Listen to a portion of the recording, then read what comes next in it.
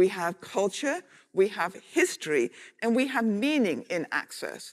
And what I would love to see, and I'm building in my own practice, is the ways that those kinds of understandings of access, those experiences of access, you might think of it as a problem of experience design versus built environment design, connect disabled people to each other. And that's the critical part.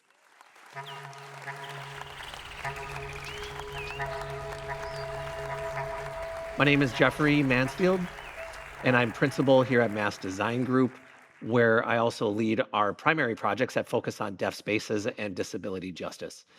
A lot of work that we do is looking at how we uplift the deaf and disabled community and their lived-in experience in the design and the design process. And at the same time, how do we foster and bring attention to cultural memory of the deaf and disabled communities? Why are we doing this work? Why is it important? It's simply the world is not comfortable for people like us. And so we need to build a world that we want to see for people like us. Our buildings and institutions, as this slide shows, shares the same architecture lineage right next to each other, built by the same architects. The same architectural ideas and the vocabulary and the forms are shared. And really, it's a representation. It presents itself as an institution, the building, and it applies to a specific vision of disability. And it's intended to isolate or exclude. However, what if we went the other way? Our work at Mass, we spend a lot of time thinking about how we leverage and use design to connect communities, to acknowledge and recognize that our different intersectionalities, disability, racism, sexuality, or race, sexuality, and also to really look at how disability and the different types of identity, the different intersectionalities within ourselves are intersected with other critical issues of our time. Really now, I'm just so thrilled to have this amazing panel with me, join me today, to help us explore these questions. People here today are artists, they're thought leaders, they're designers, and they're working to challenge the oversimplified fact of how we understand and frame disability and what it means to be accessible and what it means to be inclusive. Right next to me, I have Sara, who is neurodivergent. She's an artist, a designer, a writer, and a 2024 Ford Mellon Disability Forwards Fellow. Next to Emily is Alice Sheppard, a dancer, choreographer, writer, and founder of the Kinetic, the disability arts organization that's working at the intersection of accessibility, queerness, and race. Next, we have Catherine Hyde Townsend, is a global expert on humanity rights and disability. Catherine herself is the senior advisor for the disability inclusion at the Ford Foundation. Catherine also has established and co-created the Disability Rights Fund, and it focuses in on human rights for people with disabilities in the Global South. Thank you all for joining us today. We will kick this off. Really, I will let everyone here introduce themselves and their work, but I also wanted to throw in a prompt here. Today, we really inherited a world that isn't built and designed for us. So I'm curious, a little bit more about your work. Can you expand on how you approach the challenge and explore the framework of disability and the narrative of disability today? Thank you, Jeff, so much. So appreciated it. I'm fangirling here with everyone. I just love being in spaces like this. It makes me feel so warm. Sara here, again, disabled, neurodivergent. Just to tell you a little bit about myself, I am the founder of an organization called Cripple, which is a publishing initiative that supports disabled artists and designers. It's a really expansive term because I would say a lot of people, don't necessarily know how to make books, or they don't want to be like on, on TV, or, there's a lot of different capacities that we have. So it's anything from documentaries to books to, everything, basically lectures, so on and so forth. And so it's really just about supporting that community. I'm Alice Sheppard. I'm a multiracial Black woman with hair the color of heat as it turns hot, a shirt the color of heat that is past, and black pants the color of heat that never happened. I'm the artistic director of Kinetic, and I spend a lot of time in my practice thinking about momentum or gravity, movement, and surface from the perspective of disability, from the perspective of race, queerness, and design. I also spend a lot of time thinking about how we make space, sometimes physical space, sometimes emotional space, and most recently, built space for disabled artists and performers. And I'm working on performance space in particular. Hi, everybody. My name is Catherine Hyde Townsend. I'm a disabled white middle-aged woman. As Jeffrey said, I am the Senior Advisor for Disability Inclusion at the Ford Foundation. That means a lot of different things, but mostly it means that I lead our work to strengthen the way the foundation includes people with disabilities within our funding, but also within the way that Ford works, so changing how we work. And so as you might imagine, much of that involves changing the ways that Ford and the partners we work with think about and understand disability. It's a pleasure to be here. Thank you so much. Thank you. And I did want to expand on something that Alice just brought up here to this conversation, is that the emotional space. The emotional space is something that, I'm personally interested in unpacking and learning more about it in the context of access. I know as designers myself, I often think about building and built environments and accessibility. What does access mean? In terms of the built environment, it typically means ramps, accessible pathways, elevators, et cetera. But really, when we look into access, it's it's a loaded term. We also need to be considerate and think about how we access joy. How do we access community? How do we access connectivity? How do we access memory that we maybe are suppressing? So how do we have access to clean air, to healthcare, and the multiple different services that are needed? But how do we access power too? And so that is a question. The question of access is loaded, and I'm interested in unpacking access.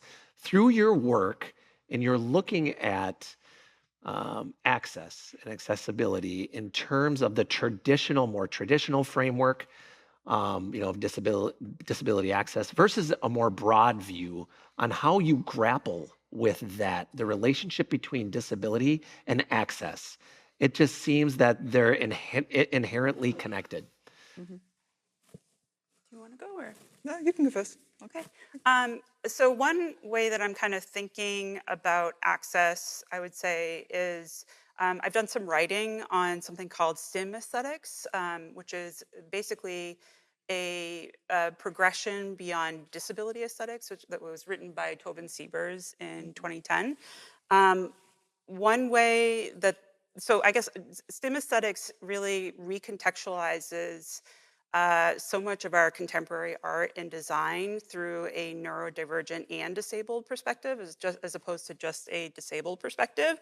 I'm currently writing a book. I've written many chapters and and articles on this, but I need to be making the full publication for it.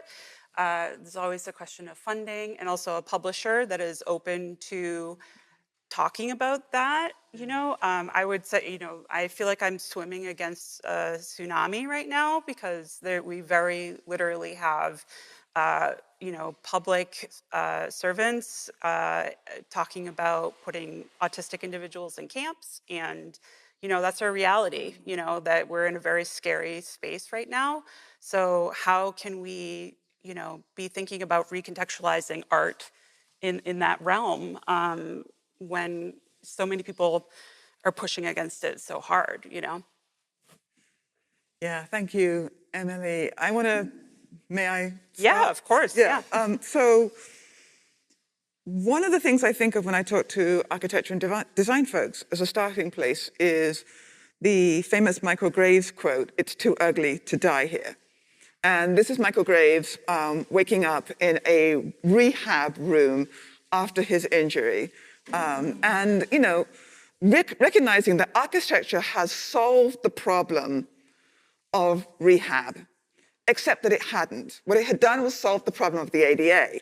It hadn't created the design space that he needed to thrive, and he hadn't created the design space that in any way met his aesthetic expectations. So when I think about access, I think about not, is it pretty? Although you better bet your boots, it's gotta be pretty. But what do we need? What can design bring us that connects our aesthetic expectations? And as disabled people, we have expectations that are historical, they are political, they are cultural, they are impairment specific, and they are also community, collectively specific. We have culture, we have history, and we have meaning in access.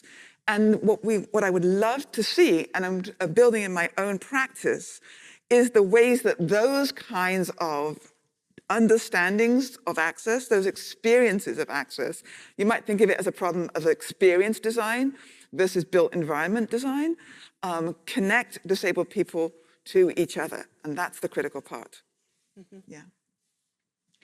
Thanks. I like to talk about access as a process, right? It's not something that's like frozen in space. You don't have access or not have access. And it's not just about getting into the door. I think many of us think of access as a ramp or a door that opens. And those, of course, are very important. But it's also about who is in the room, who is listened to, and who has the resources to create, to ideate, to dream, to think of abundant futures. And I think it's really important that we understand access in this much more dynamic way, and understand that there are technical tools for us to strengthen access. And so much of access is about the interrelationships of us with one another, between one another. There's a phrase called access intimacy in the disability community, and what it refers to is being able to share your access needs, right? So often we aren't even able to express and communicate the things that we might need, and then others assume what we need or do not need. That's great. Yeah, everyone here had brought up this idea of access as an ongoing and iterative process. It's something that's not an endpoint, but it's something that's meaningful, that reminds us of Leslie Kuhn's story earlier when we all were downstairs, that design itself is intentionally the foundation. It is meant to be an iterative process. It is meant to be an ongoing improvement so that we can eventually get better and better. And it's interesting, you had said something here, Claire, you had mentioned about building relationships, the connections between people, that intimacy. How can we be intimate to our communities that we want to provide access to? These are important questions that we need to consider as well. I think overall, we need to encourage ideas of the culture of access too. That's something that we talked about earlier on today. How can we encourage that language of accessibility and inclusion to become something that's already standardized into our societal collective knowledge? How is that, as we, as designers, in our work, how can we educate artists and thought leaders? How can we educate people so that the public knows, organizations know that their work, that maybe oftentimes, for example, when we're working at state agencies or bureaucracies, they typically view or will consider systems that are typically ingrained in their ways that over many, many decades, that current artists and thought leaders and we want to make sure that we're educating those agencies and we're bringing them along and where they're aligning them with our process. So I would love to hear more, Emily, Sara. I would love to hear more about your role as an artist, as a designer, as a thought leader, and how you can start to encourage and really push those boundaries and push that envelope of understanding and what it means for something to truly be accessible. So yeah, just to kind of thank you. That I'm every time you guys like talk about stuff, I'm just like yes. Like I think yes, emphasizing that this is a forever process. It's not boxes that you check off and say, okay, we've done our job, and then we move on. It's forever evaluation. But in a space that I've kind of built with my community is that there's so much collaboration and autonomy for working with artists and designers to make like the work that they want to be making, which is so rare, I would say, in our community. That autonomy is often like very stripped away. I think also like it helps to be neurodivergent because I oftentimes don't really care what people think in some regard. Like I don't have, I don't know, I guess I care what people think, but I think that it's like important to have some humility with design and not be thinking about, what is the proper way to be doing things, I should say. Like, are we making a book? I'm making a book right now with an artist that's a kite, which some people I know, like I say that to some designers and they just kind of roll their eyes and they're like, oh, whatever, like that seems just kind of weird. But I think it's like really important to be like stretching the boundaries of what we think something is, and have that humility to really be, if you don't know, it's okay to ask. So yeah. Can I follow that? Yes, absolutely. Here we go again. So I feel like we're just in this endless stream. We're knitting together. I love this. So when you said it's about shifting boundaries and really understanding that you can do the thing that people think it isn't. Yep. I really want to actually start there because centrally the work that I want to do, the work that I believe I'm doing, is to not fight the battle that I know I cannot win, right? I know that I am unlikely to win a battle of shifting enough power from the non-disabled center that there will be equity and justice in the world. I'm not going to do that. But with any luck, I wonder if I can just start with the power that is present. If you center disabled people, if you center access, there is thriving there. And it's not, because it's not that this is the thing that the non-disabled world is not. This is the thing. And the thing that we make, the thing that we do, the kite that is a book, that is something that is the actual expression of disability culture and disability aesthetics in some ways, that is not to be compared against the inclusionism of this is what a book is.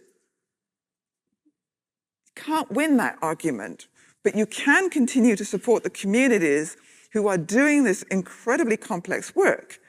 And when that work is, when we have the power, the autonomy, the agency, when we are centered, I wonder if we can take away the reference point of the non-disabled world and allow ourselves to be open to what is and allow ourselves to be changed by what is. Yeah, I'll go with that. At the risk of referring to our conference theme too much, I think rarely when someone thinks about access do they think about abundance, right? So most people think about being in compliance with the ADA. And the way that I like to explain that to my colleagues at Ford is that that means that you're not breaking a civil rights law. So that's your goal, right? Yes. So what if our goal was actually something that was, not a floor, but the stars? What does that look like? And when I say what does that look like, we don't know what that looks like. That's what we're co-creating together. But I think it's important for us to just reflect on what disabled people are told time and time again.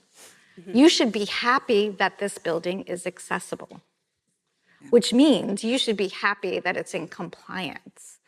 And, you know, most of us aren't happy with compliance, are we? Are you? Yeah, yeah. Yeah, you know what? I think a lot of I had a lot of thoughts come up as you all were talking about this idea of co-creating spaces, as well as how can we, as the disabled community, support each other in thoughts about empowering ourselves and having that agency. How can we start to, as the disabled community, if we're thinking about things in terms of, you know, codes and laws and power and whatnot, and these, you know, systems that have been archaic and have been around forever, how can we think about access in terms of things such as joy, things such as belonging? How can we think about access as empowerment and really start to shift that narrative away from what it has been for so long? And how can we start to infiltrate the way that we see access in our society? That disability is not a monolith. It's something that, you know, is different for every person based on their lived experience and their identity. So this brings me to the question, I'm curious, what does it mean to, what should we include when we're thinking about this framework and this lens of access and inclusion? How can we think about bringing in individuals with disabilities and centering their voices? And how can we start to disperse the models or the thoughts that someone has? Emily, you had mentioned earlier about connecting with individuals who have similar life experiences and bringing them together in similar spaces, this idea of sanctuaries. I think that's so powerful and important. You know, how can we bring these communities together? Does that mean that, you know, does it matter how we define these things? Does it matter how we name them? I would just love to hear more about your thoughts in terms of these spaces, because oftentimes as architects and designers, we're thinking more so about the state agencies and specifically where we have to respond to an RFP or we have to follow a specific definition of disability and whatnot. It's very rigid. So I would really love to shift that and aspire to something else, something of abundance. And I'd love to hear your thoughts. Is it okay? Okay. Just a thought, you know, like when writing about STEM aesthetics, I also talk about how we really need to be not embracing binaries, that things are not off and on, that it's really critical that we, you know, think about that gray space and that things are shifting. Yeah. I mean, that's it. There's so many of our problems could be fixed if we just didn't think in binaries, honestly. I'm caught by the word sanctuary because of all the resonances of that word. And, you know, one of the things I think it is necessary to say in these times and now is that disability is sacred. And that means to me that, you know, a whole series of questions beyond like the bath. There's a slide of me in a bathtub with a series of ADA compliant handrails everywhere. And part of me, what part of that exploration was, it's a compliant bathroom, more or less, mostly. But what joy can I have there? What experiences can I have there? What can be done in a bathroom that is compliant? And then what if it weren't compliant? You know, some of the compliance,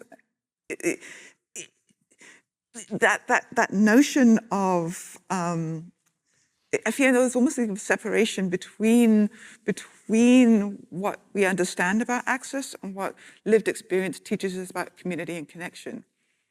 To say that disability is sacred, I feel, is to begin to open the space that says the connections here between us and you are more important. Between the ideas that are threading through this space right now, these are more important.